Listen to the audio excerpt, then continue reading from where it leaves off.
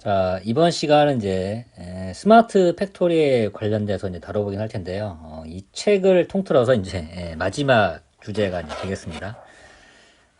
사실 일반적으로 이제 모든 반도체를 지원하시는 뭐 취업 준비를 하시는 분들이라든가 이런 분들한테 많이 알려진 영역은 아니고요. 필수적으로 나오는 그런 문제도 아닙니다. 그리고 기본적으로 요 영역은 소프트웨어 전공을 하신 분들이 반도체 산업에서도 지원을 하실 때 이를테면 뭐 컴퓨터공학이라든가 IT 이런 쪽에 이제 전공을 하신 분들이 실제로 자동화 관련된 시스템을 이제 개발을 할 때 거기에서 이제 필요로 하는 직무긴 합니다만은 일단은 기본적으로 이 개념을 알아두시면 라인에서 설비와 공정이 진행되는 메커니즘에 대해서 이제 알 수가 있어요. 뭔 말씀이냐면은 지금 뭐 흔히 우리가 4차 산업혁명의 시대라고 얘기를 하잖아요. 그래서 이 4차 산업혁명의 시대가 이제 뭐죠? IT 기술과 기존의 이제 산업이라든가 이런 것들이 통합이 돼서 뭔가 우리가 뭐 AI라든가 뭐 빅데이터 이런 발전된 기술을 가지고 산업도 함께 발전을 하는 그런 트렌드의 시대에 우리가 살고 있다고 보시면 되는데 이런 IT 기술과 기존의 제조업 이런 것들이 합쳐지게 되면 보통 뭔가 앞에 스마트가 붙거든요. 그래서 지금 우리가 다룰 주제도 이제 스마트 팩토리. 근데 이 스마트 팩토리는 반도체에서만 있는 개념은 아니고요. 거의 모든 제조업에서 그 제조업의 목표, 요거를 삼고 있는 체계다 그렇게 보시면 되겠습니다. 사실은 농업과 IT가 결합을 해도 스마트팜 이런 말을 많이 쓰잖아요. 마찬가지로 그럼 이런 특히 반도체 생산 라인에서는 요 자동화의 수준이라든가 진행 단계가 어디까지 와 있는지 거기에 대해서도 한번 살펴보도록 하겠습니다. 자, 우리가 그 반도체 관련된 뭐 유튜브에서 동영상이라든가 이런 거를 찾아보시면 실제로 유튜브에서 펩, 뭐 이런 키워드라든가 특히 이제 뭐 세미컨덕터, 펩 이런 거 쳐보시게 되면 영상으로 실제로 반도체 생산 라인 안에서 엔지니어들이 이제 어떤 모습으로 이제 왔다 갔다 하는지 그리고 설비와 그 천정에 이제 왔다 갔다 하는 그 반송 로봇을 갖다 이제 오버헤드 호이스트 트랜스포트 OHT라고 얘기를 하거든요. 그러면은 요것들이 이제 막 움직이면서 실제 웨이퍼 박스를 실어 나르기도 하고 근데 그 와중에서 사람이라든가 작업자들은 거의 손을 대지 않고 모든 것이 이제 자동화로 이렇게 진행되는 것처럼 이제 보이거든요. 그 개념을 갖다가 이제 우리가 소위 이제 풀 오토메이션이라고 얘기를 합니다. 풀 오토메이션. 그래서 옛날에는 200mm 웨이퍼 시절에는 사실 사람들이 이제 박스를 직접 손으로 이제 나르기도 하고 그랬는데 지금의 환경에서는 사실상 사람이 손대는 분야는 거의 없어요. 그리고 모든 데이터는 측정되고 계측이 돼서 그게 중앙의 시스템에 빅데이터의 형태로 이제 저장이 되기 때문에 지금의 엔지니어는 그 빅데이터를 어떻게 분석을 해서 공정이라든가 설비의 불량을 이제 막고 더 수율이 좋게 나오도록 개선을 하느냐 그런 이제 활동들을 이제 하게 되거든요. 그것의 가장 근간이 되는 게 이런 자동화 시스템이라고 이제 보시면 되겠고요.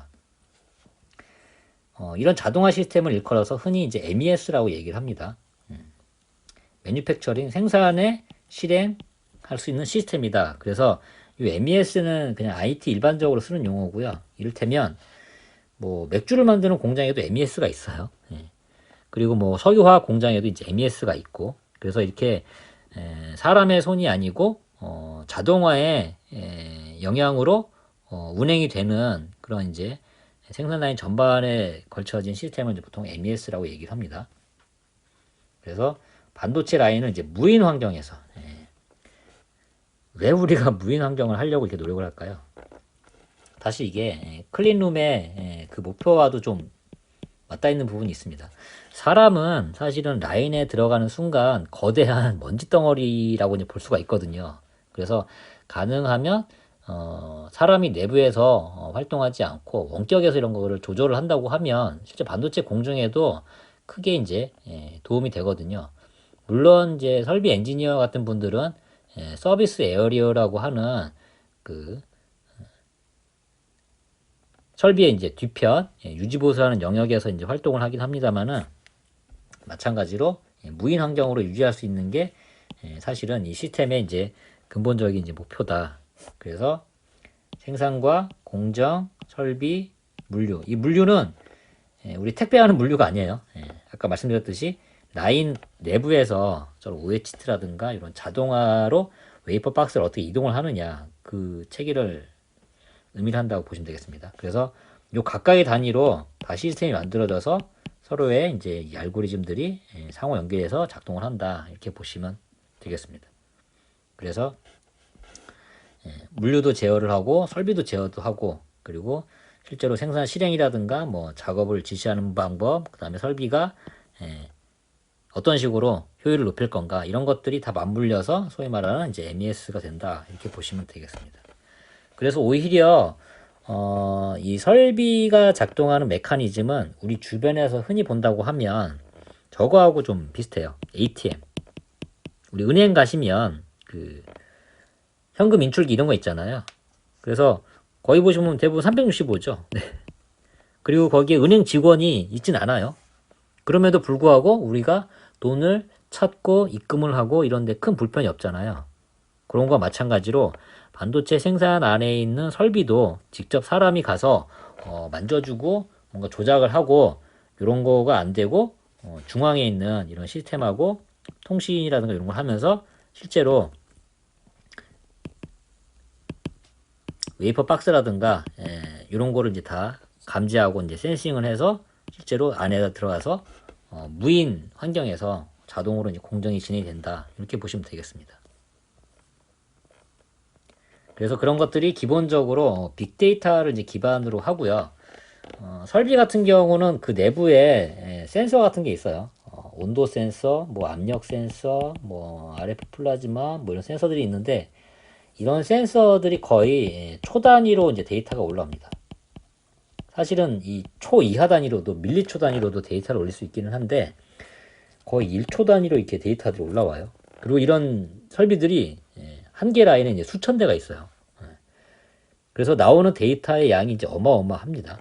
그럼 그 어마어마한 양을 이제 분석을 해서 실시간으로 각 설비라든가 이런 현황을 파악을 해서 문제점이 생겼는지 아니면은 문제가 발생할 것을 미리 이제 예측을 해보기도 하고 뭔가 조짐이 보인다 이런 식으로 해서 미리 경고라든가 알람을 이렇게 띄워줄 수도 있거든요. 그래서 그런 것들을 파악하는 알고리즘이라든가 이제 로직을 이제 개발을 하는 게 이런 자동화 시스템의 이제 목표라고 이제 보시면 되겠습니다. 그래서 이 전체를 총괄을 하는 그런 시스템이 존재를 하고요. 뭐 두뇌급에 해당을 하는 거죠. 그래서 이런 시스템들이 실제로 스케줄을 어떻게 잡느냐. 그러니까 A라는 설비에서 수많은 랏들 중에서 어떤 랏을 진행을 할 거냐 이런 거에 우선순위를 결정하는 알고리즘 이런 거를 만들어내기도 하고요. 그리고 그 계획에 따라서 실제로 설비하고 물류를 어디에서 어디로 이동을 시킬 건지 그리고 그게 이제 랏이라든가 웨이퍼들을 이제 갖다 주면 그 설비 안에서는 어떤 식으로 이를테면 이제 포토 공정의 설비 그 앞부분에 웨이퍼 박스가 도착을 했다. 풉이 도착을 했다. 그러면 이후에 이 포토 공정에서는 어떤 레시피로 공정을 진행을 할지 이런 것들도 중앙에 서버하고 다 통신을 한다. 그리고 이렇게 설비가 동작을 했던 기록은 다 이력으로 남겨서 얼마나 효율적으로 했는지 더 개선할 여지는 없는지 이런 것들도 이제 분석을 하게 된다. 근데 이런 것들이 이제 가장 기반이 되는 게 사실 오늘 이제 설비 엔지니어 관점에서 이 자동화를 좀 말씀을 드리면 이를테면은 뭐 이제 그냥 예시를 들겠습니다. 뭐 텔이나 뭐 ASML 뭐 이런 설비 업체들이 설비를 만들잖아요. 뭐 포토 공정 기준으로 한다고 그러면은 텔이 이제 스피너를 만들고 ASML이 이제 스캐너를 만들잖아요. 그러면은 만약에 ASML이 뭐 TSMC에 아니면은 삼성에 설비를 납품을 한다 그러면은 자, 삼성에 납품하는 거는 이렇게 만들고 TSMC에 만드는 거는 또 TSMC가 이렇게 요청을 해서 이렇게 만들고 이렇게 하면 너무나 이제 비효율적이잖아요. 그죠? 그래서 우리가 이런 설비라든가 이런 거를 만들 때는 보통 제조업체, 삼성이나 TSMC 같은 반도체 제조업체하고 설비업체, 재료업체, 그래서 소위 말하는 이제 소부장과 이제 제조업체가 다 표준 규약을 마련을 해요. 다 같이 협의를 해서. 그래야 이 표준에 따라서 소재를 만드는 것도 이 표준화 형태대로 이제 소재를 만들 거고, 부품도 마찬가지고, 장비도 마찬가지고. 그래서 그렇게 전 세계의 모든 반도체 산업과 관련된 업체들이 만들어낸 표준을 갖다가 우리가 보통 세미 스탠다드라고 얘기를 합니다. 그래서 세미컨덕터 이퀴먼트 앤 머터리얼, 여기 이제 보통 장비하고 소재잖아요. 그죠? 그래서 여기에서 만들어진 규약에 따라서 뭐 설비도 만들어지고 장비도 아니지 소재도 만들어지면 요걸 갖다가 그대로 제조업체 뭐 IDM이 됐든 파운드리가 됐든 이런 회사들이 가져다가 반도체를 만들게 된다. 그래야만 공정 조건이라든가 문제 상황에 대해서 ASML이 납품을 하는 모든 그 포토 설비가 다 표준화가 되어 있기 때문에, 그래서 TSMC에서도 발생한 문제를 가지고 삼성에 가서도 비슷한 상황이라고 하면 그 유사한 사례를 가지고 문제를 해결을 할 수가 있는 거죠. 그런 식으로 이제 표준화를 한 게 설비를 제어하는 모듈이 그런 식으로 이제 표준화가 되어 있습니다. 그래서 ASML에서 뭔가 이제 자동화된 기능이 들어간다 그러면은 그 똑같은 기능을 TSMC도 쓸 수 있고 삼성에서도 똑같은 기능을 이제 쓸 수가 있죠. 그래서 그런 기능을 바탕으로 설비를 이제 제어를 하게 되고요. 그 설비 제어의 이제 결과라든가 아니면 계획을 생산을 총 감독하는 이 위에 있는 생산 모듈이 명령을 받아가지고 보통 설비 제어 모듈이 밑에 있는 실제 설비를 관리 감독을 하는 이런 일을 하게 됩니다. 물론 여기서 올라온 각종 계측 데이터라든가 뭐 이런 데이터들은 따로 엔지니어가 엔지니어링 활동을 할 수 있도록 요거는 일종의 데이터베이스 구축을 해서 빅데이터를 이제 다 정제를 해서 엔지니어가 이 설비의 효율을 높이는 활동을 할 수 있도록, 그리고 공정 엔지니어는 공정의 수율을 높이는 활동을 할 수 있도록 기본적인 데이터가 여기에 다 축적이 되게 됩니다. 그러다 보니 이제 설비를 제어하기 위해서 아까 말씀드렸듯이 세미 스탠다드가 있어야 된다고 그랬잖아요. 그래서 전 세계가 글로벌한 표준에 따라서 이 설비를 컨트롤하게 되는데, 모든 설비는 그냥 이야기 이제 좀 쉽게 생각을 하시자면 모든 반도체의 설비는 이렇게 세미 스탠다드에 나와 있는 프로토콜을 이제 준수를 한다. 그렇게 보시면 되겠습니다.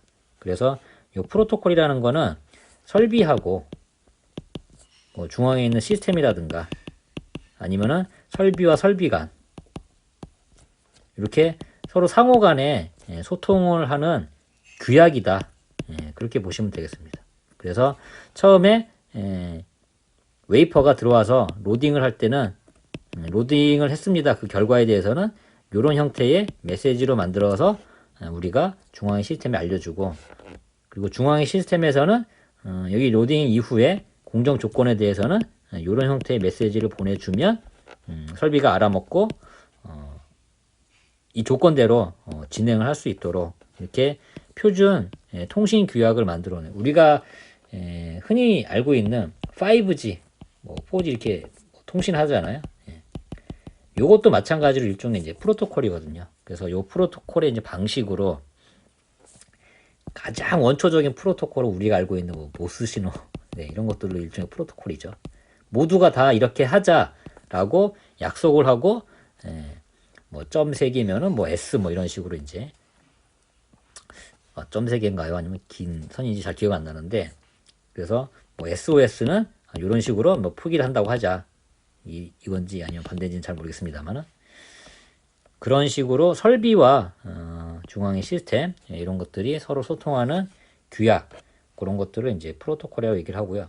그리고 특히 이런 프로토콜의 이제 대표적인 게 세미 스탠다드에서 규정한 프로토콜이 이를테면 발음이 이제 조금 이상하더라도 이해를 해주시고 실제로 이제 부르기를 이제 섹스 프로토콜이라고 얘기를 합니다. 그래서 반도체 이제 표준으로 삼고 있는 프로토콜이 뭐 섹스라든가 HSMS라든가 보다 더 범용적으로는 뭐 잼, 뭐 이런 특수한 프로토콜을 기반으로 설비가 자동화된 신호에 따라서 규약에 따라서 움직이게 된다. 네, 그렇게 정리를 하시면 되겠습니다. 네, 지금까지 이제 반도체 전반에 걸친 모든 내용을 살펴봤고요. 모쪼록 이 내용을 바탕으로 여러분들이 반도체 관련된 산업이라든가 이런 데서 채용 트렌드, 취업의 전략에 맞춰서 훌륭하게 준비를 하시고 합격의 꿈을 이루시길 저도 함께 응원하겠습니다. 감사합니다.